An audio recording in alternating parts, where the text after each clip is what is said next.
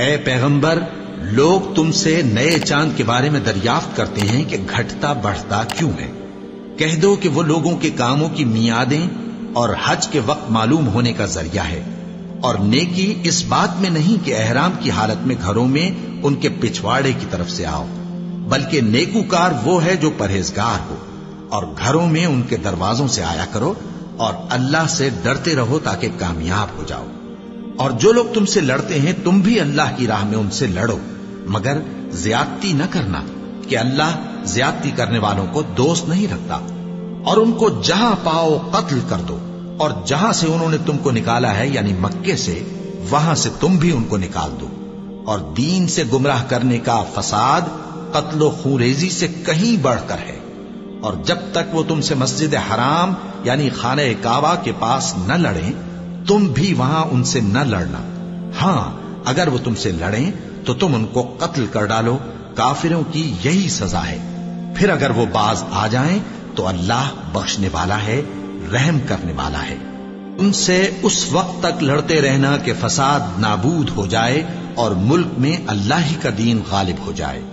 پھر اگر وہ فساد سے باز آ جائیں تو ظالموں کے سوا کسی پر زیادتی نہیں کرنی چاہیے۔ ادب کا مہینہ ادب کے مہینے کے مقابل ہے، اور ادب کی چیزیں ایک دوسرے کا بدلہ ہیں۔ پس اگر کوئی تم پر زیادتی کرے تو جیسی زیادتی وہ تم پر کرے ویسی ہی تم اس پر کرو، اور اللہ سے ڈرتے رہو اور جان رکھو کہ اللہ ڈرنے والوں کے ساتھ ہے۔ حج کے مہینے معین ہیں جو معلوم ہیں، تو جو شخص ان مہینوں میں حج کی نیت کر لے تو حج کے دنوں میں نہ عورتوں سے اختلاط کرے، نہ کوئی برا کام کرے، اور نہ کسی سے جھگڑے۔ اور جو نیک کام تم کرو گے وہ اللہ کو معلوم ہو جائے گا۔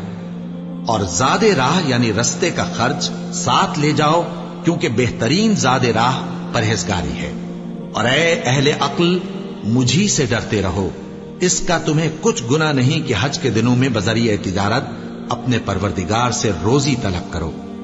اور جب عرفات سے واپس ہونے لگو تو مشعر حرام یعنی مزدلفہ میں اللہ کا ذکر کرو، اور اس طرح ذکر کرو جس طرح اس نے تم کو سکھایا، اور اس سے پیشتر تم لوگ ان طریقوں سے محض ناواقف تھے۔